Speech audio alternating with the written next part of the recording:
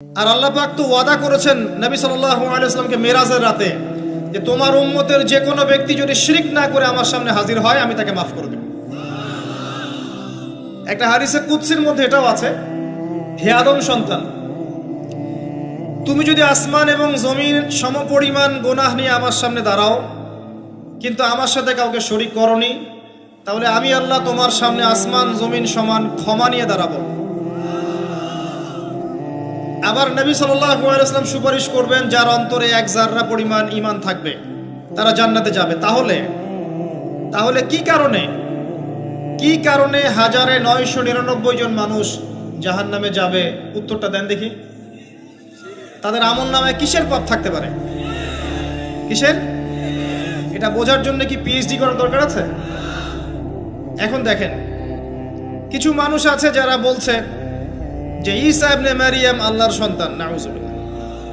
এটা শিরক নয় এবং তাদের সংখ্যা পৃথিবীতে 700-800 কোটির মতো, নাকি আরো কম বেশি হবে, যারা চলে গেছে, যারা আছে এবং যারা আসবে। কিছু মানুষ বলছে ওজায়ের আলাইহিস সালাম আল্লাহর সন্তান, নাউজুবিল্লাহ। এরা হচ্ছে জিউস যারা এখন প্যালেস্টাইন দখল করে আছে। আর এই কথা বলতে আমাদের বুকে ভয় থাকা উচিত নয় যে ওইটা আমাদের জমি, তাদের জমি নয়। ওখানকার ঘটনা হচ্ছে এমন, একটা উপমা দিয়ে বোঝানো যায়। মনে করেন আপনি আপনার ঘরে বসে আছেন, আপনার দরজায় একজন মেহমান এসেছে। মেহমান নক করছে, ঠক ঠক ঠক, ভাই আমাকে একটু হেল্প করেন, আমি খাইনি অনেক দিন, আমার কাপড় নাই, আমার খাবার নাই, আমার থাকার জায়গা নাই, একটু আশ্রয় দেন। আপনি মাশাআল্লাহ মুসলিম, দয়া পরবশ হয়ে দরজা খুলে দিলেন, তাকে ড্রয়িং রুমে বসালেন, সুন্দর করে খাওয়ালেন, কাপড় দিলেন, রেস্ট করার জায়গা দিলেন। এবার সে সেখানে থাকতে থাকতে পরিকল্পনা করলো যে আপনাকে আপনার বাসা থেকে বের করে দিবে। একদিন আপনাকে ঘাট ধরে আপনার বাসা থেকে বের করে দিল, দিয়ে দরজার ভিতর থেকে লাগিয়ে দিল। এখন দরজার বাইরে দাঁড়িয়ে আপনি নক করছেন, আমার ঘর আমাকে ফেরত দাও, আমার ঘর আমাকে ফেরত দাও। আর এই ব্যক্তি বলছে আপনি জঙ্গি, আপনি সন্ত্রাসী। এটা হচ্ছে সবচেয়ে সেরা উদাহরণ প্যালেস্টাইন এক্সাম্পলের। তো এরা বলছে ওজায়ের আলাইহিস সালাম আল্লাহর সন্তান। একটা কথা আমি বলি, হতাশ হবেন না। ফেরাউন তার দলবল নিয়ে যখন লোহিত সাগরে ধাওয়া করছিল মুসা আলাইহিস সালামকে, আল্লাহ পাক কি করেছেন? আল্লাহ পাক সব সৈন্যকে আগে লোহিত সাগরে এনেছেন, আনার পরে মুসা আলাইহিস সালামকে পার করে দিয়েছেন। তারা যখন মাঝখানে এসেছে তখন আল্লাহ পাক ডুবিয়ে দিয়েছেন। ঠিক আছে? আল্লাহ পাক ঠিক একই কাজটা করবেন ইনশাআল্লাহ এই জেরুজালেমে ইনশাআল্লাহ। সবাইকে এনেছেন আল্লাহ পাক পৃথিবীর বিভিন্ন জায়গা থেকে। একটা নির্দিষ্ট সময় পর্যন্ত ওরা বিশ্বকে রুল করবে সামনে, একটা নির্দিষ্ট সময় পর্যন্ত এরা বিশ্বকে শাসন করবে সামনে অচিরেই। কিন্তু এরপরে আল্লাহ রাব্বুল আলামিন ঈসা ইবনে মারিয়ামকে নামাবেন এবং তার হাতে তাদের নেতা মসিহুদ দাজ্জাল নিহত হবে ইনশাআল্লাহ তাআলা। এবং পুরো কমিউনিটি একসাথে কলাপস করে যাবে, পৃথিবী থেকে তার নাম অস্তিত্ব মুছে যাবে ইনশাআল্লাহ তাআলা। আল্লাহ পাক ওই লোহিত সাগরের সুন্নাহ এখানে অ্যাপ্লাই করবেন ইনশাআল্লাহ। আল্লাহ পাক এই কারণেই একত্রিত করেছেন, এটা আল্লাহ পাকের স্টাইল, সুন্নাহ। আসেন, এরা বলছে ওজাইর আলাইহিস সালাম আল্লাহর সন্তান। আবার দেখেন কিছু মানুষ বলছে আল্লাহকে পাওয়ার জন্য স্ট্যাচু ওয়ার্শিপ করা যায়, এরা হচ্ছে আল্লাহকে পাওয়ার মাধ্যম। কিছু মানুষ বলছে কবরে সেজদা করা যায়, কবরে শায়িত ব্যক্তি আল্লাহর কাছে সুপারিশ করবে। কিছু মানুষ বলছে আল্লাহ ছাড়া অন্য কারো কাছে দোয়া করা যায়, তিনি অনেক বুজুর্গ ব্যক্তি ছিলেন, আমার দোয়া পৌঁছে দিবেন আল্লাহ পর্যন্ত। কিছু মানুষ বলছে আল্লাহ ছাড়া অন্য কারো নামে নজর করা যায়, জবাই করা যায়, কসম করা যায়, ইত্যাদি ইত্যাদি। আর কিছু মানুষ আল্লাহর হালালকে হারাম করছে, আল্লাহর হারামকে হালাল করছে। কিছু মানুষ তাকদীরকে অস্বীকার করছে, ভাগ্যকে অস্বীকার করছে। কিছু মানুষ দুনিয়া নিয়ে এতই ব্যস্ত হয়ে আছে, দিনের জাররা পরিমাণ ফিকির নাই। আবার কিছু মানুষ এই উম্মতের মধ্যে দাবি করছে মুহাম্মদ সাল্লাল্লাহু আলাইহি ওয়াসাল্লাম শেষ নবী নন, আরো নবী আসতে পারে, এবং তারা প্রকাশ্যে মাহফিল করারও চেষ্টা করছে এখন বাংলাদেশে। আবার কিছু মানুষ বলছে আমরা কোরআন মানি, হাদিস মানি না। এই যতগুলো কথা আমি বললাম এর প্রত্যেকটাই হচ্ছে শিরক। এই শিরকগুলো হয় তিনভাবে। চিন্তায় শিরক হয়, কথায় শিরক হয় এবং কাজে শিরক হয়। চিন্তা, কাজ এবং কথা, আকীদায় শিরক থাকে, আমলে শিরক থাকে, আবার কথাতেও শিরক থাকে। এই শিরকের পাপের কারণে আল্লাহ রাব্বুল আলামিন বেশিরভাগ মানুষকে জাহান্নামে দিবেন, বলেন নাউযুবিল্লাহ।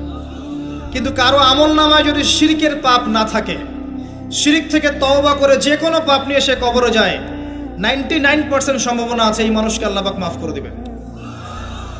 তাহলে আমরা আজকে এতটুকু শিখলাম, প্রথমে সবচেয়ে বেশি কেয়ারফুল থাকতে হবে শিরকের ব্যাপারে, সবচেয়ে বেশি কেয়ারফুল থাকতে হবে শিরকের ব্যাপারে এবং বেদাআতের ব্যাপারে। এটা কি জিনিস? বেদাত হচ্ছে এমন জিনিস, মানে আমিলা আমালান লাইসা আলাইহি আমরুনা ফাহুয়া রাদ। নবী সাল্লাল্লাহু আলাইহি ওয়াসাল্লাম বলেছেন, কেউ যদি এমন কোনো কাজ করে ইসলামের মধ্যে যে কাজের পিছনে আমার কোনো দলিল নাই, প্রমাণ নাই, আমার পক্ষ থেকে কোনো আদেশ নাই বা নিষেধ নাই, কোনো হুজ্জত নাই, এটাই বেদাত, প্রত্যাখ্যাত।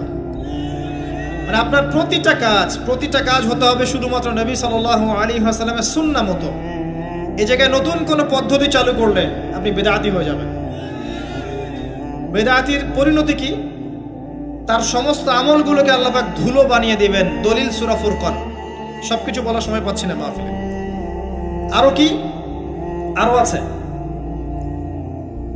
বুখারীর হাদিসে এসেছে, নবী সাল্লাল্লাহু আলাইহি ওয়াসাল্লাম হাউজে কাউসারের সামনে দাঁড়িয়ে থাকবেন এবং এই কাউসারের পানি যে একবার পান করবে কিয়ামতের মাঠে, সে আর কখনো পিপাসার্ত হবে না।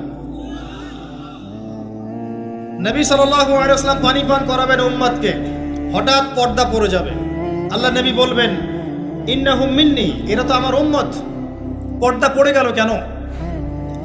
তাকে জানানো হবে, ইন্নাকা লা তাদরি মা আহদাসা বা'দাক, হে নবী আপনি জানেন না আপনার মৃত্যুর পর এরা আপনার শরীয়তের মধ্যে কত বেদাত চালু করেছিল। তো বেদাতীদের সম্পর্কে নবী সাল্লাল্লাহু আলাইহি ওয়াসাল্লাম বলবেন, সুহকান সুহকান লিমান গায়্যারা বা'দি, দূর হও যারা আমার দ্বীনের মধ্যে সংযোজন করেছো, দূর হয়ে যাও। নবীজি অভিশাপ দিবেন, নাউযুবিল্লাহ। আরেকটা মারাত্মক বিষয় হচ্ছে, বেদাত করতে থাকলে মানুষ তওবা করে না। একজন চোর তওবা করতে পারে, সে জানে এটা খারাপ কাজ। একজন জেনাকারী তওবা করতে পারে, সে জানে এটা খারাপ। একজন পতিতালয়ের মেয়ে তওবা করতে পারে, সে জানে এটা খারাপ। কিন্তু যে ব্যক্তি ইসলামের কাজ করছে ভালো মনে করে, সে মনে করছে এগুলো কল্যাণের কাজ, ভালো কাজ, সে কখনো তওবা করতে চাইবে না। এই কারণে বেদাতি শেষ পর্যন্ত তওবা করে না। অতএব শিরক আর বেদাতের এই পাপ থেকে দূরে থাকেন। এরপরে আমি সামনে যাই। আরেকটা মেজর জিনিস থেকে আমাদেরকে বেঁচে থাকতে হবে, সেটা হলো হারাম রিজিক। আজকে আমাদের রিজিকের যে সিস্টেমটা আছে, এর মধ্যে বেশিরভাগ পরিবারে হারাম রিজিক ঢুকে গেছে, বলেন নাউযুবিল্লাহ। কেউ সরাসরি হারাম, কেউ ঘুরিয়ে ফিরিয়ে হারাম। সবচেয়ে বড় মারাত্মক যে হারামটা ঢুকেছে, তার নাম হচ্ছে রিবা বা সুদ। ম্যাক্সিমাম আমরা সুদখোর। আমার কিসের দাড়ি টুপি এগুলো দেখার প্রয়োজন নাই, আমি নিজেও সুদখোর। কিভাবে? প্রত্যক্ষভাবে না হলে পরোক্ষভাবে। মনে করেন আমি একটা ফ্ল্যাটে ভাড়া থাকি, ফ্ল্যাটের মালিক আমার ভাড়ার টাকা দিয়ে তার ব্যাংকের লোন শোধ করে, পরোক্ষভাবে আমি সুদের সাথে সম্পৃক্ত আছি। আপনি বাঁচতে পারবেন না। এই জামানা সম্পর্কে নবী সাল্লাল্লাহু আলাইহি ওয়াসাল্লাম বলেছেন, এমন একটা জামানা আসবে যেই জামানায় মানুষ সুদ থেকে বেঁচে থাকতে পারবে না। যে বেঁচে থাকার চেষ্টা করবে তার গায়েও সুদের ছিটা ফোঁটা গিয়ে লাগবে, কোনো সন্দেহ নেই, এটা সেই জামানা। টপ টু বটম সব জায়গায় সুদ। আর জানি না এই আয়াতগুলো কোরআনে আছে কি না আদৌ, বা এগুলো মানুষকে শোনানো হয় কি না আদৌ। তা আমি আমার জায়গা থেকে চেষ্টা করছি। আল্লাহ পাক কোরআনে বলেছেন। কে বলেছেন? আল্লাহ বলেছেন। আমি অনুবাদ করছি, আমি জাস্ট অনুবাদক। সূরা বাকারা 279 থেকে পড়া শুরু করেন। আল্লাহ পাক বলছেন, ইয়া আইয়ুহাল্লাযীনা আমানু, হে মুমিনগণ, তুমি যদি মুমিন হয়ে থাকো, হে মুমিনগণ, ইত্তাকুল্লাহ, তোমরা আল্লাহকে ভয় করো। ইত্তাকুল্লাহ, তোমরা আল্লাহকে ভয় করো। ইত্তাকুল্লাহ, তোমরা আল্লাহকে ভয় করো। ওয়াযারু মা বাকিয়া মিনার রিবা, সুদের অবশিষ্ট অংশগুলো ছেড়ে দাও। ইন কুনতুম মুমিনিন, যদি প্রকৃত অর্থে মুমিন হয়ে থাকো। ওয়া ইন লাম তাফআলু, আমি আল্লাহ বলছি তোমরা যদি এটা না করো, ফাযরু বিহারবিন মিনাল্লাহি ওয়া রাসূলিহি, তাহলে আল্লাহ এবং তার রাসূলের সাথে যুদ্ধের ঘোষণা শুনে রাখো। গো অ্যাহেড, এখন রাস্তা আপনার। আমি অনুবাদ করে শুনিয়ে দিয়েছি, আপনার কান পর্যন্ত পৌঁছে গেছে। এখন decision is yours, path is yours, choose your path. রাস্তা আপনার, আপনি ফিক্স করেন কি করবেন। যদি আপনি সুদ খান 1 নাম্বার, অথবা দেন 2 নাম্বার, 3 আপনি সাক্ষী থাকেন, 4 লিখে রাখেন, আপনি সমান পাপী। এই 4 শ্রেণীর মানুষকে নবী সাল্লাল্লাহু আলাইহি ওয়াসাল্লাম অভিশাপ দিয়েছেন, লাআনত করেছেন। আর নবী সাল্লাল্লাহু আলাইহি ওয়াসাল্লামের অভিশাপ নিয়ে যদি আমরা কবরে যাই, তাহলে মান নবিয়ুক উত্তর দিতে পারবো, এটা বিশ্বাস করা বোকামি। তার অভিশাপ নিয়ে যদি আমরা হাসরের মাঠে উঠি, হাউজে কাউসারের পানি পাবো, প্রত্যাশা করাটা বোকামি হবে। তার অভিশাপ নিয়ে যদি আমরা হাসরের মাঠে উঠি, তাহলে তিনি আমাদের জন্য সুপারিশ করবেন, এটা ভাবা বোকামি হবে। মেরাজের রাতে আল্লাহ রাসূল দেখে এসেছেন, 1 শ্রেণীর মানুষকে রক্তের নদীতে ফেলে মাথা ফাটিয়ে দেওয়া হচ্ছে। নবী জিজ্ঞাসা করলেন সাল্লাল্লাহু আলাইহি ওয়াসাল্লাম, এরা কারা হে জিবরাইল? জিবরাইল আলাইহিস সালাম বলেন, এরা আপনার উম্মতের সেই সব ব্যক্তি যারা ছিল সুদখোর, যারা সুদের মধ্য দিয়ে মানুষের রক্ত চুষে খেয়েছে। আজকে রক্তের নদীতে এদেরকে ফেলে মাথা ফাটিয়ে দেওয়া হচ্ছে। কি করবেন আপনি ফিক্স করেন। ইসলাম তরবারির জোরে ছড়ায় নাই। আমি আপনার গর্দানে তরোয়াল ধরে বলবো না যে সুদ ছেড়ে দেন, বলবো? কেউ বলবে না। ইসলাম এভাবে ছড়ায় নাই। ইসলাম সৌন্দর্য দিয়ে ছড়িয়েছে, সুন্দর উপদেশ দিয়ে ছড়িয়েছে। উদউ ইলা সাবিলি রাব্বিকা বিল হিকমা ওয়াল মাউইযাতিল হাসানাহ ওয়াজাদিলহুম বিল্লাতি হিয়া আহসান, এভাবে ইসলাম ছড়িয়েছে। ফাযাক্কির ইন নাফাআতি যিকরা সায়াযাক্কারু মান ইয়াখশা, হে নবী আপনি উপদেশ দিন, যদি উপদেশ কাজে লাগে শীঘ্রই যারা আল্লাহকে ভয় করে তারা আপনার উপদেশ গ্রহণ করবে ইনশাআল্লাহ। ওয়া ইয়াতাজান্নাবুহাল আশকা, যারা পাপাচারী ফাসিক তারা উপদেশ গ্রহণ করবে না। ফাযাক্কির ইন্নামা আনতা মুযাক্কির, আপনি উপদেশ দিন, আপনি শুধু উপদেশদাতা। লাস্তা আলাইহিম বিমুসাইতির, আপনি কারো উপর দারোগা নন। এটা একজন দায়ীর কাজ, একজন আলেমের কাজ, এর বেশি কিছু না। আমাদের ম্যাক্সিমাম রিজিকের মধ্যে সুদ ঢুকে গেছে। হয় আমরা খাচ্ছি, না হলে দিচ্ছি, না হলে সাক্ষী থাকছি, না হলে লিখে রাখছি। আরেকটা কথা বলি, এই হাদিসটাও শুনে রাখেন। নবী করিম সাল্লাল্লাহু আলাইহি ওয়াসাল্লাম কার নবী? আপনার তো, আপনারই তো নবী। তিনি বলেছেন সুদের পাপের 73টা শাখা আছে। কতটা? যার সর্বনিম্ন শাখা হচ্ছে নিজের মায়ের সাথে জেনা করা। এখানে যদি একটা বিল্ডিং থাকে, যে বিল্ডিং এর মধ্যে মনে করেন কথার কথা না আউযুবিল্লাহ অনেক প্রস্টিটিউট মহিলা আছে, কথা বুঝতে পারছেন? এখানে আছে অনেক প্রস্টিটিউট মহিলা যারা এখনকার ভাষায় সেক্স ওয়ার্কার্স, কারণ তারা যৌনকর্মী বলতে চায়, পতিতা শব্দ ইউজ করতে চায় না। তারা এটাকে একটা স্বীকৃতি দিতে চেষ্টা করছে আর কি। সেক্স ওয়ার্কার্স এটা একটা কাজ, নাউযুবিল্লাহ। এই কারণেই সমাজে বেশি বেশি মহামারী ছড়াবে, এই কারণেই সমাজে এমন এমন কিছু পাপ ছড়াবে, এমন কিছু রোগ ছড়াবে যে এই রোগগুলো কখনো ছিল না ইতিহাসে। এই কারণেই হাদিসে এসেছে শেষ জামানায় যখন অশ্লীলতা বেড়ে যাবে, বেহায়াপনা বেড়ে যাবে, নগ্নতা বেড়ে যাবে, তখন সমাজে বেশি বেশি এমন এমন রোগ ছড়াবে যে এই রোগগুলো আগে কখনো ছিল না। মনে করেন এখানে এমন একটা বিল্ডিং আছে, সেখানে কিছু সেক্স ওয়ার্কার্স আছে, এখানে কেউ ম্যানেজার, কেউ কাজ করে, কেউ মনে করেন দারোয়ান, কেউ মনে করেন ডিলার এগিয়ে দিচ্ছে, কেউ মনে করেন যে ঘরে ঢুকিয়ে দিচ্ছে, ইত্যাদি ইত্যাদি। এক একজন এক এক সেকশনে কাজ করছে, আর একটা কর্পোরেট সেকশনের মতো। এখন আপনি কি তাদের কারো বাসায় দাওয়াত খেতে চাইবেন? চাইবেন? আপনি কি তাদের কারো উপার্জন খেতে চাইবেন? যদি এমন হয় এখানে সব সেক্স ওয়ার্কার্স নয়, সবাই আমাদের মা, নাউযুবিল্লাহ। শব্দটা প্রয়োগ করলাম আঘাত করার জন্য, কারণ নবীজি বলেছেন মায়ের কথা। মনে করেন এরা সবাই আমাদের মা, নাউযুবিল্লাহ। এখন কি আপনি এটাকে পছন্দ করবেন? এখানে যদি কেউ কাজ করে তার রিজিক খেতে চাইবেন?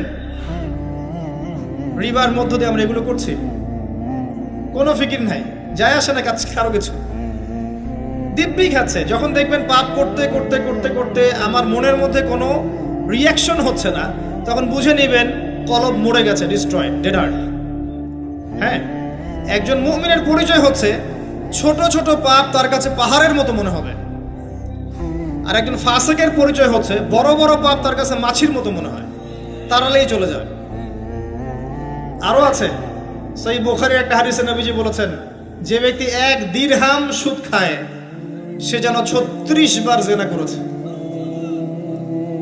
একবার জেনা করার শাস্তি 100 বেত্রাঘাত এবং 1 বছরের জন্য বহিষ্কার, যেটাকে আমরা উস্কে দিয়ে এখন বলি কাছে আসার গল্প। একবার সূরা নূর পড়েন, সূরা নূরের প্রথম আয়াতগুলো পড়েন। যদি কেউ জেনা করে একবার 100 বেত্রাঘাত এবং 1 বছরের জন্য বহিষ্কার। আর যদি কোনো বিবাহিত ব্যক্তি করে তার শাস্তি হচ্ছে রজম, পাথর নিক্ষেপ করে হত্যা করা। আর 1 দিরহাম সুদ খেলে আপনি 36টা মেয়েকে রেপ করছেন। এবার চিন্তা করেন, এই শাস্তিগুলো যদি দুনিয়ায় কার্যকর না হয় এবং দুনিয়াতে যদি আমরা তওবা না করে যেতে পারি, পরকালে কার্যকর হবে কোনো সন্দেহ নাই। দুনিয়াতে শোধ করে যাওয়া ভালো পরকালের চাইতে। অতএব আল্লাহর ওয়াস্তে আমি হাত জোর করে রিকোয়েস্ট করছি, আল্লাহর ওয়াস্তে সুদ ছেড়ে দেন। ভ্যান চালায় খান, সবজি বিক্রি করে খান, একটা ছোট কাপড়ের ব্যবসা করে খান, একটা মাছের আড়ত করে খান, গবাদি পশু প্রতিপালন করে খান, কৃষিকাজ করে খান, আল্লাহর ওয়াস্তে সুদে যায় না। আপনার পুরো দুনিয়া এবং আখিরাত বরবাদ হয়ে যাবে এবং আপনি এর মধ্য দিয়ে আল্লাহর সাথে যুদ্ধ করছেন, নবীর সাথে যুদ্ধ করছেন। এর উপরেও আছে পেপার মানির মধ্যে সুদ। ওই যে বললো 1 দিরহাম, এই দিরহাম আবার কি জিনিস? দিরহাম মানে রৌপ্য মুদ্রা। দিনার এটা কি জিনিস? স্বর্ণ মুদ্রা, ইসলামিক মুদ্রা। সেই যে চলে গেছে ব্রিটিশরা আসার আগে, এখন আর দেখা যায় না।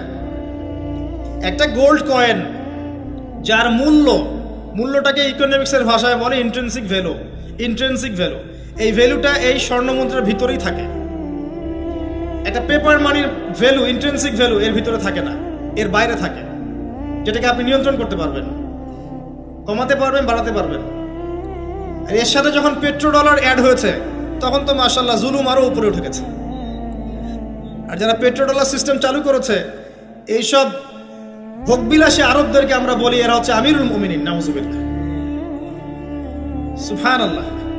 কত অন্ধ হলে মানুষ এদেরকে আমিরুল মুমিনিন মনে করতে পারে, যারা মুসলিমদের প্রপার্টি সব আমেরিকার হাতে তুলে দিয়েছে, আর সেই প্রপার্টি দিয়ে এরা বোম্বিং করে করে সারা বিশ্বের মধ্যে মুসলিম হত্যা করছে। আল্লাহ পাক সেই যে বলেছেন সূরা মাইদার মধ্যে 51 নম্বর আয়াতে, ইয়া আইয়ুহাল্লাযীনা আমানু, হে মুমিনগণ, লা তাত্তাখিযুল ইয়াহুদা ওয়ান নাসারা আউলিয়া, হে মুমিনগণ তোমরা ইহুদি এবং খ্রিস্টানদেরকে বন্ধুরূপে গ্রহণ করো না। কে বলেছেন? আল্লাহর চেয়ে কি আমি জিওপলিটিক্স ভালো বুঝি? আল্লাহর চেয়ে আমি আমার ভালো মন্দ ভালো বুঝি? কাদেরকে? বা'দুহুম আউলিয়া ও বা'দ, যারা একে অপরের বন্ধু, যারা একে অপরের বন্ধু। ওয়া মান ইয়াতাওয়াল্লাহুম মিনকুম ফাইন্নাহু মিনহুম, তোমাদের মধ্যে কেউ যদি ওদের দিকে মুখ ফিরায় সে তাদের অন্তর্ভুক্ত, এই উম্মার কেউ না তারা। যেই হোক, বিশ্বের এইসব নামধারী মুসলিম কান্ট্রিদের চাইতে বাংলাদেশের পররাষ্ট্রনীতি অনেক ভালো আছে, 1000 গুণে ভালো আছে। কি মনে করেন আর এসব ফাসেকা জালেমদেরকে আপনি আমিরুল মুমিনিন মনে করছেন? আল্লাহ পাক বোঝার তৌফিক দান করুন। আসেন, রিবার কথা বলতে গিয়ে কথাটা আসছি, ইন্ট্রিনসিক ভ্যালু বলে একটা বিষয় আছে।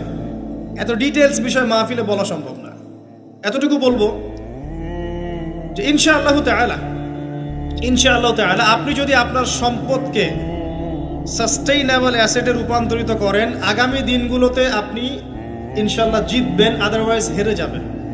ফর এক্সাম্পল, আপনি যদি আপনার সম্পদকে জমিতে কনভার্ট করেন, গবাদি পশুর প্রজেক্ট করেন, আপনি যদি মাছের প্রজেক্ট করেন, ব্যবসা ইনভেস্ট করেন, বা কিছু গোল্ড রাখেন, কিছু সিলভার, কিছু আপনার রূপা রাখেন, ইত্যাদি ইত্যাদি, পরবর্তী সময়গুলোতে গিয়ে আপনার সম্পদের মান কমে যাবে না, ইনশাআল্লাহ বাড়বে। আপনি সমস্ত সম্পদ যদি পেপার মানির মধ্যে রেখে দেন, আস্তে আস্তে আপনার সম্পদের মান কমবে। সামনে 10, 15, 20, 30 বছর পর আপনি সম্পদ হারাবেন। এর চেয়ে বেশি কিছু আমি বলতে পারবো না, বাকিটা আপনারা পড়াশোনা করে বুঝে নেবেন। যেটা বলতে চাচ্ছি, ইকোনমিক সেকশনে আমরা সবাই মোটামুটি হারামের সাথে সম্পৃক্ত। এর পাশাপাশি আছে আবার ঘুষ, আছে না? না দিলে চাকরি হয় না, সুবহানাল্লাহ। আবার অনেক আলেম ফতোয়া দিচ্ছে এখন, তুমি যদি যোগ্য হয়ে থাকো কিন্তু তোমাকে জব দিচ্ছে না, তাহলে তোমার জন্য ঘুষ দেওয়া জায়েজ। সুবহানাল্লাহ। কত ঘুরিয়ে ফিরিয়ে জায়েজ করছি আমরা, আল্লাহ ভালো জানেন। যে নিবে আর যে দিবে সমান অপরাধী দুজন। একজন ব্যক্তি মাদক দ্রব্য সেবন করে, আরেকজন ব্যক্তি মাদক উৎপাদন করে, কেউ সেল করে, কেউ ডিস্ট্রিবিউট করে, সবাই অপরাধী না? এরপরে আবার আছে দেখবেন অন্যের সম্পদ আত্মসাৎ করা। দুর্নীতি করছি, অন্যের সম্পদ আত্মসাৎ করছি।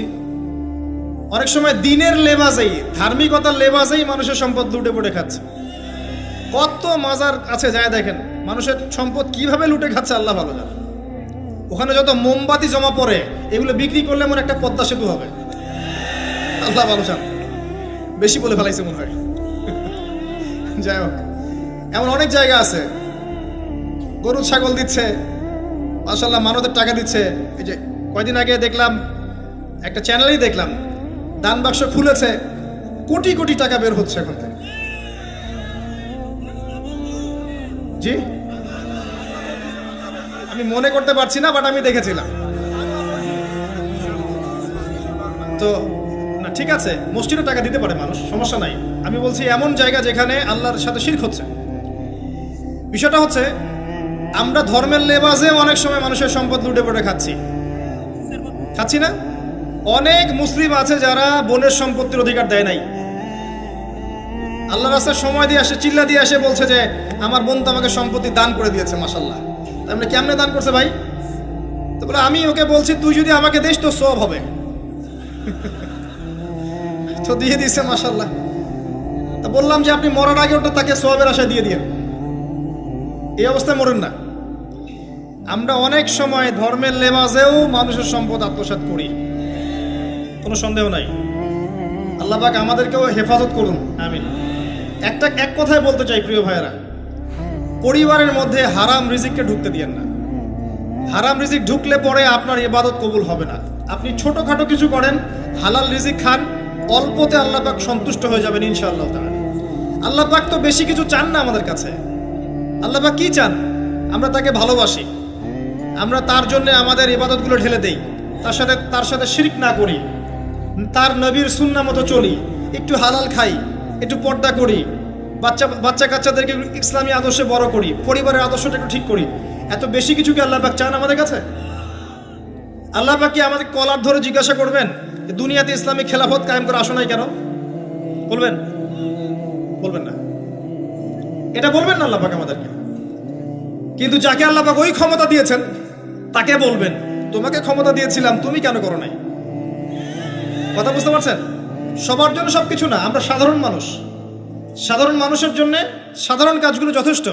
একটু পড়াশোনা করেন, আল্লাহ পাক তৌফিক দান করুন, একটু আমল করেন, একটু পর্দা করেন, একটু হালাল খান, তাওহীদে থাকেন, সুন্নতে থাকেন, নবীর মতো লাইফ কাটান, 5 ওয়াক্ত নামাজ পড়েন, সামর্থ্য হলে যাকাত দেন, রমজান মাসে রোজা রাখেন, সামর্থ্য হলে হজ করেন, ইনশাআল্লাহ আপনি জান্নাতি। একটা হাদিস আমি পড়েছি ফয়জুল কালাম বইয়ের মধ্যে, মাদ্রাসায় পড়ানো হয়, ক্লাসিক্যাল একটা বই, সবাই কিনতে পারেন। ফয়জুল কালাম অত্যন্ত চমৎকার হাদিসের একটা বই। এর মধ্যে একটা হাদিস আছে যেটা পড়ে শান্তি লাগে, মনে হয় যে না আশা আছে পরকালে বাঁচার। সেটা হচ্ছে নবী সাল্লাল্লাহু আলাইহি ওয়াসাল্লাম সাহাবীদেরকে বলছেন যে তোমরা সাহাবীরা এমন একটা যুগে বাস করছো যেই যুগে ইসলামের 10% কেউ যদি ছেড়ে দেয় সে ধ্বংস হয়ে যাবে। কথা বুঝতে পারছেন? সাহাবীদেরকে নবীজি বলছেন তোমরা এমন একটা যুগে বাস করছো যেই যুগে যদি ইসলামের 10% 1/10 কেউ ছেড়ে দেয় সে ধ্বংস হয়ে যাবে। কিন্তু তোমাদের পরে এমন একটা যুগ আসবে যেই যুগে মানুষরা যদি ইসলামের 10% ধরে রাখতে পারে সফল হয়ে যাবে। এটা সেই যুগ না? আপনার এই যুগে প্রতিটা সেক্টরেই ফিতনা। আপনার ধর্মে দেখবেন তাওহীদের মধ্যে শিরক, সুন্নতের মধ্যে বেদাত, আলেমদের মধ্যে বিভক্তি, কাদা ছোড়াছড়ি, গালাগালি, হিংসা বিদ্বেষ, পরশ্রী কাতরতা, কত কি দেখতে পাচ্ছেন। আপনি ধর্মের মধ্যে শিরক দেখছেন, বেদাত দেখছেন, অর্থনীতিতে হারাম দেখছেন, পরিবারের মধ্যে বস্তুবাদিতা দেখছেন, কি দেখছেন না? সমাজের মধ্যে জেনা দেখছেন, পর্নোগ্রাফি দেখছেন, ফ্রি মিক্সিং দেখছেন, ফ্যামিনিস্ট রেভলিউশন দেখছেন, নগ্নতা দেখছেন, কি দেখছেন না? অর্থনৈতিক জীবনে আপনি এগুলো দেখছেন, বৈশ্বিক জীবনে আপনি মারামারি, কাটাকাটি, রাহাজানি দেখছেন, হত্যা, রক্তপাত দেখছেন। কোন যুগে বসে আছেন আপনি? এই যুগে আপনি 10% আমল করেন, জান্নাতি হয়ে যাবেন ইনশাআল্লাহ। আল্লাহ পাক তৌফিক দান করুন, কবুল করুন। একটা বিষয় হচ্ছে আমল করা, একটা বিষয় হচ্ছে আকীদা পোষণ করা।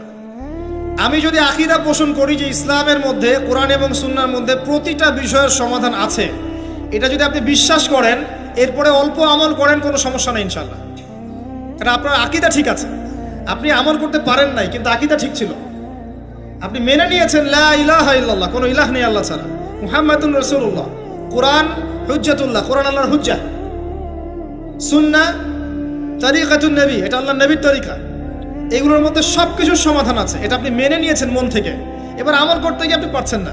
নামাজ পড়ছেন 5 ওয়াক্ত, হয়তো পরিবারটা ঠিক মতো করতে পারছেন না, চেষ্টা করছেন, হালালে থাকার চেষ্টা করছেন, কখন কখন হারাম ঢুকে যাচ্ছে, আপনি চেষ্টা চালিয়ে যাচ্ছেন ক্রমবর্ধমানভাবে, কিন্তু আপনি আকীদা রাখেন এটাই চূড়ান্ত, এটাই সঠিক, ইনশাআল্লাহ আল্লাহ পাক আপনার সব গুনাহ মাফ করে দিবেন।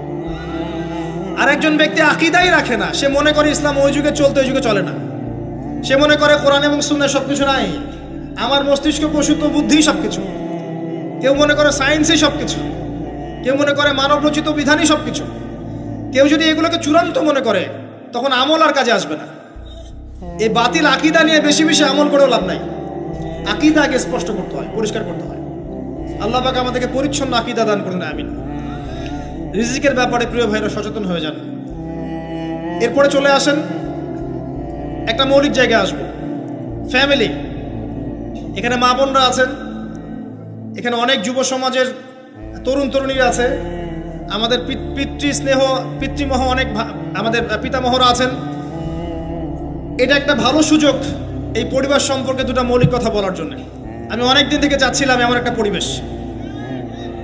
লিসেন ভাই, আল্লাহ পাক একটা আয়াতে বলেছেন, সূরা তাহরিম আয়াত নাম্বার 6, ইয়া আইয়ুহাল্লাযীনা আমানু, হে মুমিনগণ, কু আনফুসাকুম, নিজে জাহান্নামের আগুন থেকে বাঁচো, ওয়া আহলিকুম নারা, তোমার পরিবার বর্গকে বাঁচাও, আলাইহা মালাইকাতুন গিলাজুন শিদাদ, যেই জাহান্নামে কঠোর মনের ফেরেশতা আছেন, লা ইয়াসুনাল্লাহা মা আমারহুম ওয়া ইয়াফআলুনা মা ইউমারুন, আল্লাহ পাক তাদেরকে যে আদেশ করেন সে আদেশ পালনে তারা বিন্দুমাত্র ভূক্ষেপ করে না, মানে বিন্দুমাত্র গাফেলতি করে না। আল্লাহ পাক ভয় দেখাচ্ছেন জাহান্নামে এমন ফেরেশতা আছেন, আল্লাহ যা আদেশ করবেন তাই করবে। এই জাহান্নাম থেকে নিজে বাঁচো, পরিবার বর্গকে বাঁচাও। নিজে বাঁচবো কিভাবে? আমি বলে দিয়েছি কিভাবে। আপনি জ্ঞান অর্জন করবেন, আমল করবেন, হালাল খাবেন, তাওহীদে থাকবেন, সুন্নতে থাকবেন, ইনশাআল্লাহ বেঁচে যাবেন। পরিবার বর্গকে বাঁচাবেন কিভাবে? আসেন শুরু করি, শুরু থেকে। শুরুটা হবে আপনার বিয়ে দিয়ে।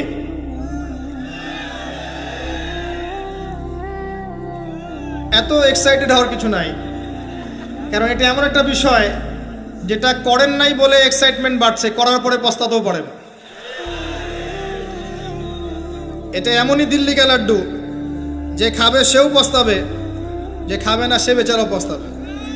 তবে আপনারা খেয়ে পস্তান, আলহামদুলিল্লাহ।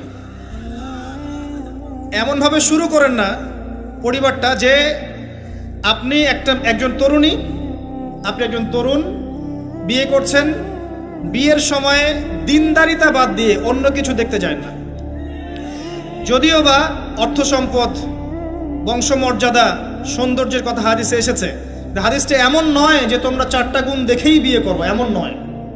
হাদিসটা এমন নয়, অনুবাদটা অনেকেই ভুল করে, অনেকেই ভুল করে। হাদিসে বলা হয়নি কখনো 4টা গুণ দেখেই বিয়ে করো, এটা নয়। বরং বলা হয়েছে 4টা গুণ দেখে বিয়ে করা হয়। কথা কি বুঝতে পারছেন? কেউ এটা দেখে, কেউ এটা দেখে। তোমরা দিনদারিতা দেখো, না হলে তোমাদের হাত ধুলোয় ধূসরিত হবে। হাদিসটা এমন। এক্ষেত্রে কি আমরা বলবো, প্রথমত বিয়েটাকে সহজ করে দেন। বিয়েটাকে সহজ না করলে সমাজে জেনা বাড়তে থাকবে, এবং জেনা বাড়ার কারণ আছে। যখন পর্নোগ্রাফিটাতে ফ্রি অ্যাক্সেস দেওয়া হয়েছে, মানুষ রাতের বেলা পর্ন দেখতে পারে, কেউ বাধা দেওয়ার নাই। উপরের সেকশন থেকে কিন্তু এটাকে বন্ধ করে দেওয়া যেত। পৃথিবীর অনেক কান্ট্রি আছে যেখানে অনেক কিছু চলে না। চাইনিজরা ফেসবুক ইউজ করে না, করে? ওরা কি উন্নত জাতি না? ওরা তো এখন আমেরিকাকে যদি বলে ওঠো উঠবে, আমেরিকাকে বসতে বলে বসবে। ওরা এমন জায়গায় চলে গেছে। ওই ইউক্রেন ইস্যু নিয়ে আমেরিকা আর ন্যাটো আর এই ব্রিটেন আর ফ্রান্স আর ইসরায়েল কিছুই করতে পারবে না ইনশাআল্লাহ।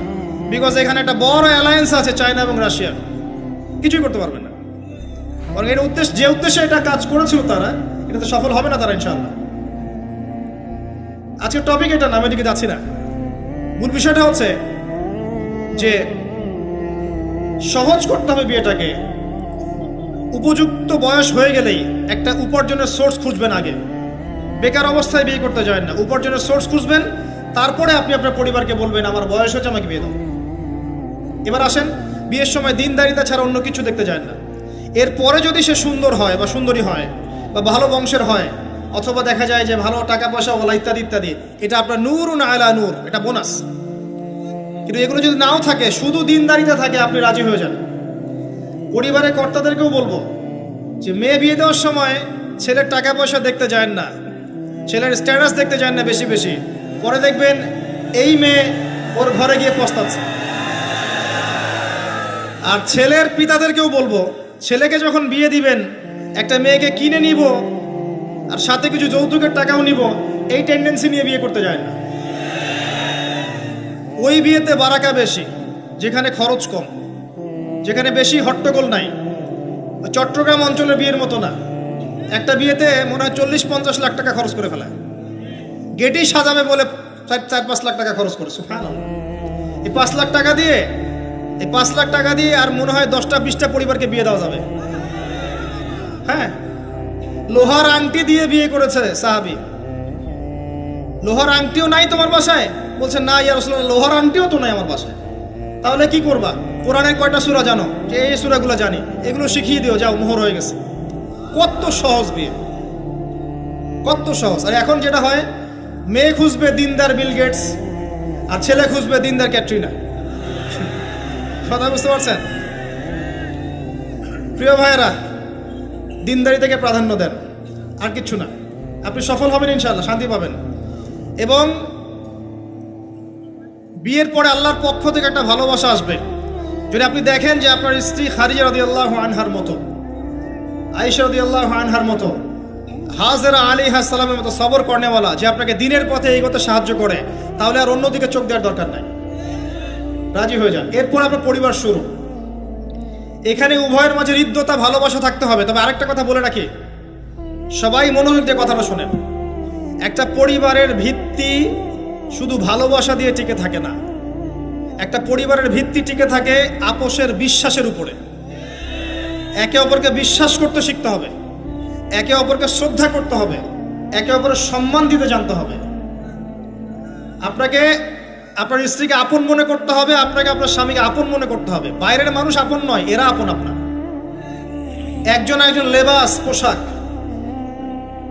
এরপরে আপনি মোহর শোধ করেন, আপনি সন্তান সন্ততি নেন, সন্তান সন্ততিদেরকে আল্লাহর এবং তার রাসূলের আদর্শে বড় করে তোলেন। পরিবারের মধ্যে তালিম চালু করেন, তালিম। পরিবারের মধ্যে তাওহীদ রাখেন, সুন্নত রাখেন, একসাথে খেতে বসেন।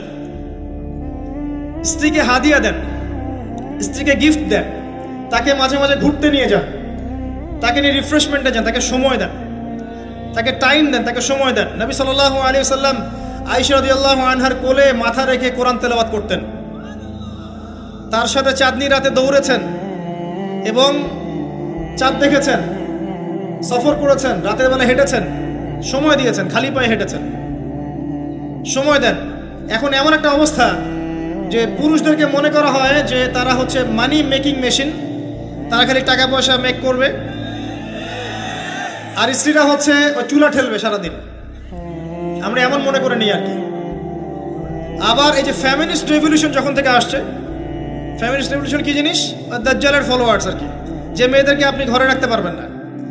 তো তারা যখন থেকে এসেছে, ইমার্জ করেছে, তখন থেকে তার একটা কনসেপ্ট দিয়েছে যে পুরুষ আর নারী একে অপরের প্রতিদ্বন্দ্বী। দেখবেন প্রতিদ্বন্দ্বিতামূলক কথাবার্তা বলে।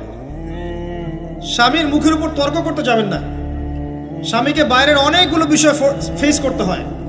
একজন স্বামী মনে করেন প্রশাসনে চাকরি করে, তাকে তার ডিউটি ফেস করতে হয়, তার বসকে মেনটেন করতে হয়, তার এগুলো সামলাতে হয়, তাকে বাজারঘাট করতে হয়, সারাদিন পরিশ্রম করে সে বাসায় ঢোকার পরে আপনি মুখটা গোমরা করে বসে থাকেন।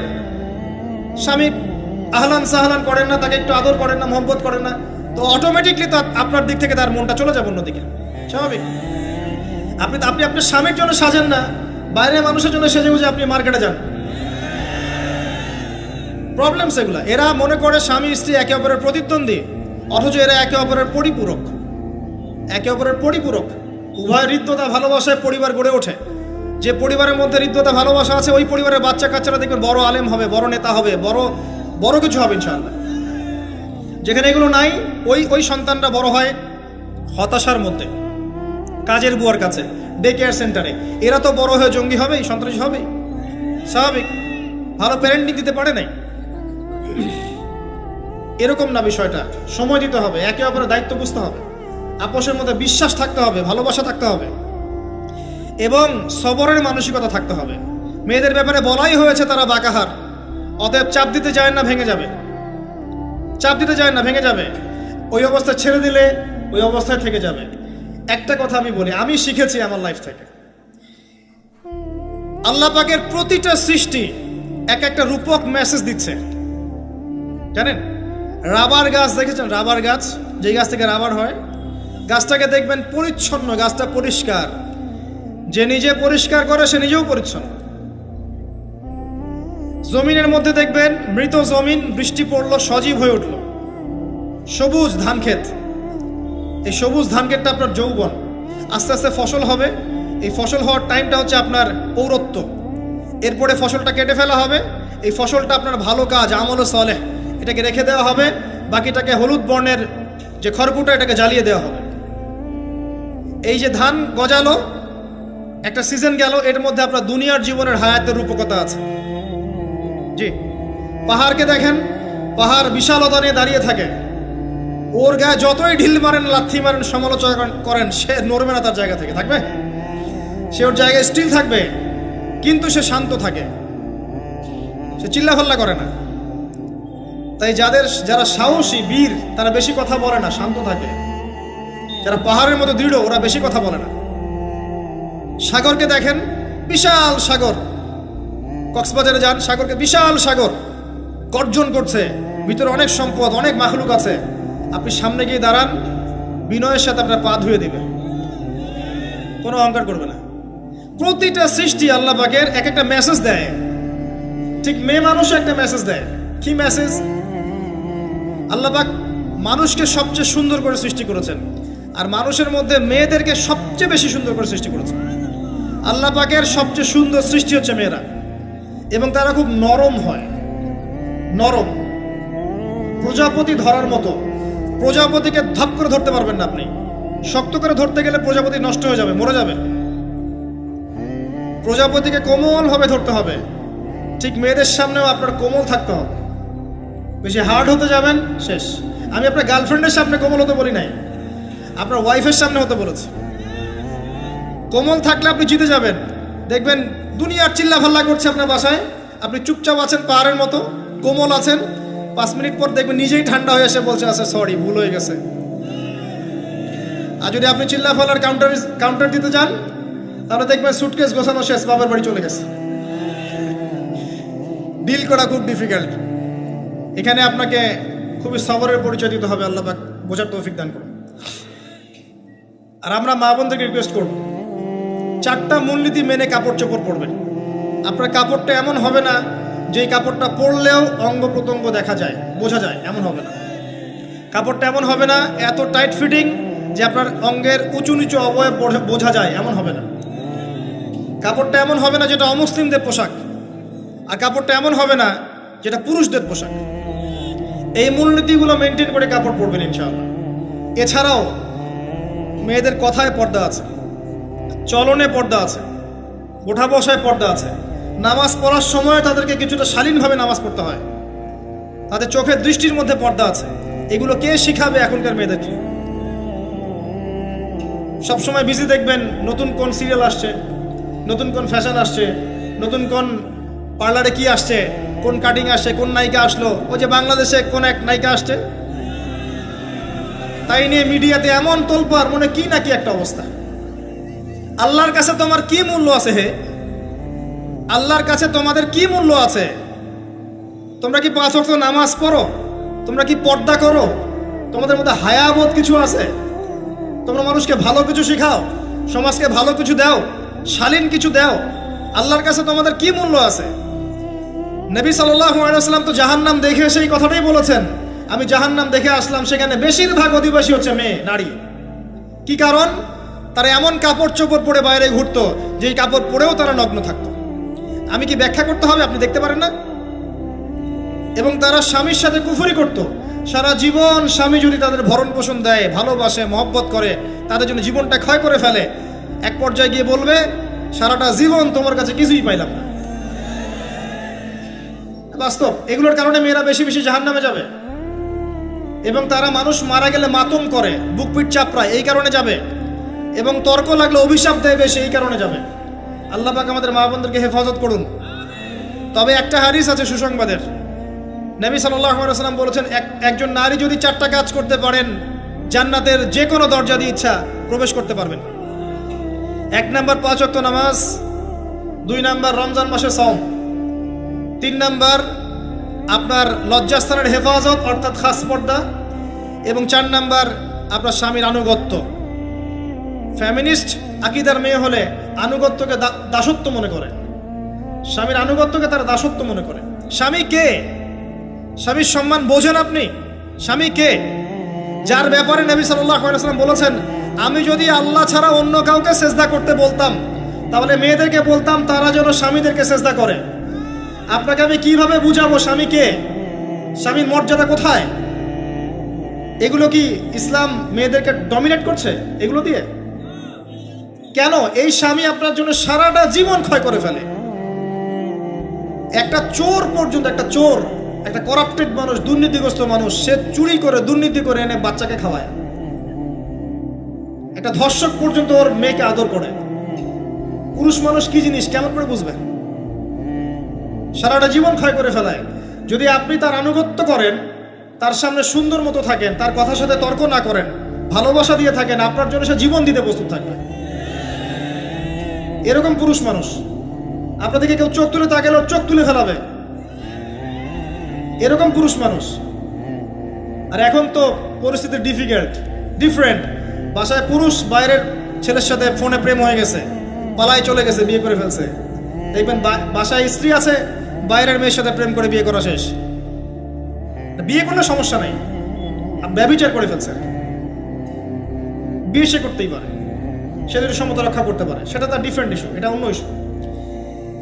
তো স্বামীর আনুগত্য আপনাকে কিভাবে বুঝাবো? এটা দাসত্ব নয়। নবী সাল্লাল্লাহু আলাইহি ওয়াসাল্লাম বলেছেন, কোনো স্বামী যদি কোনো স্ত্রীকে চায়, তার প্রয়োজনের জন্য চায়, মহব্বতের জন্য, স্ত্রী যদি চুলায় রান্না করতে থাকে, ওই রান্না ফেলে দিয়ে তাকে আসতে হবে। হাদিস। রাতের বেলা স্বামী স্ত্রী শুয়েছে, স্বামীর চাহিদা আছে, স্ত্রীর কোনো সমস্যা নাই, স্ত্রী ফিট, ইচ্ছা করেই অহেতুক স্বামীকে বলল আমি রাজি না, উল্টা পাশে মুখ করে ঘুমিয়ে গেল। আল্লাহর নবী বলছেন, সারা রাত আল্লাহর পক্ষ থেকে একজন ফেরেশতা আসবে, এসে এই নারীকে অভিশাপ দিতে থাকবে। এখন এগুলো হাদিস শুনলে বলবে যে ইসলাম তো মেয়েদেরকে ছোট করছে। একজন মেয়ে তার একজন স্বামীর কথা বলছে, স্বামী তার মেয়ে, তার স্ত্রী, তার মা, তার বোন, সবাইকে তার মিরাসের হক দিতে হয়। একজন মেয়ে তার বাবার সম্পত্তি পায়, কোনো কোনো ক্ষেত্রে তার ভাইয়ের সম্পত্তি পায়, তার স্বামীটা তো পাই, তার ছেলেরটাও পায়, নানি হলেও সম্পত্তির হক আছে। একটা মেয়েকে চতুর্দিক থেকে সিকিউর করা হয়েছে ইসলামে। তারপরেও কিছু ফ্যামিনিস্টের কারণে এরা বলবে যে মেয়েদেরকে ইসলাম ছোট করছে। হ্যাঁ, মেয়েদেরকে ইসলাম কেন ছোট করছে? কারণ পর্দা করে যে বাইরে বেরোতে বলেছে, ঢ্যাং ঢ্যাং করে নগ্ন হয়ে বেরোতে নিষেধ করেছে, এই কারণে। যদি বলে যে হ্যাঁ ইসলাম আপনাদেরকে ফ্রি মিক্সিং এর স্বাধীনতা দিচ্ছে, আপনারা সবাই ফ্রি মিক্সিং করেন, গেঞ্জি পরেন, টি শার্ট পরেন, স্যান্ডো গেঞ্জি পরে বাইরে ঘুরে বেড়ান, টাইট ফিটিং প্যান্ট পরে বাইরে ঘুরে বেড়ান, সব জায়গায় আপনারা ফ্রি মিক্সিং করেন, পর্ন দেখেন, জেনা করেন, মদ খান, ইসলাম খুব ভালো। তখন তোমাদের জন্য তো ইসলাম নয়, তোমরা জাহান্নামে যাও, আল্লাহর কি আসে যায়? ইসলাম তোমাদের জন্য নয়, তোমরা জাহান্নামে গিয়ে মরো, ইসলামের কিচ্ছু যায় আসে না। আল্লাহর ওয়াস্তে পারিবারিক আদর্শের দিকে ফোকাস করেন প্রিয় ভাই। নিজে জাহান্নামের আগুন থেকে বাঁচান, পরিবার বর্গকে বাঁচান, পরিবার বর্গকে বাঁচান। পরিবার আরেকটা পার্ট হচ্ছে আপনার পিতামাতা। পিতা মাতার সাথে খারাপ আচরণ করতে যায় না, আল্লাহর ওয়াস্তে। সেই ব্যক্তির জন্য ধ্বংস যার পিতা মাতা বেঁচে আছে, তাদের হক আদায় করে সে জান্নাতে যেতে পারলো না, তার জন্য ধ্বংস। আরেকটা অংশ আছে আপনার সন্তান সন্ততি। বাচ্চা কাচ্চার প্যারেন্টিংটা খুব সুন্দর করে করেন।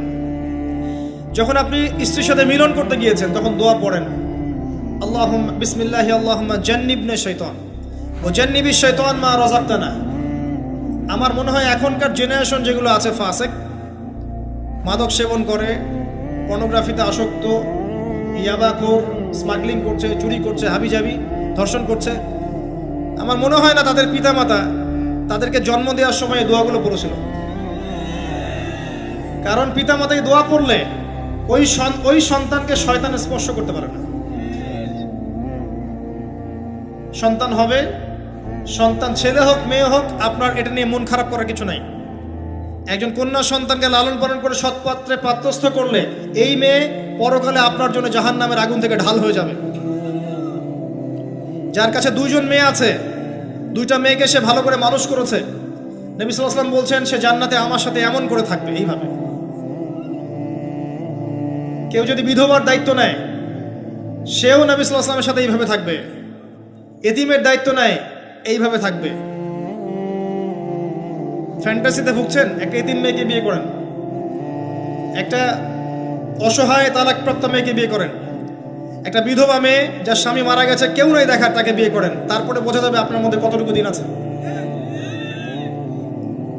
আর বর্তমান সভ্যতা আমাদের কি সমাধান দিবে?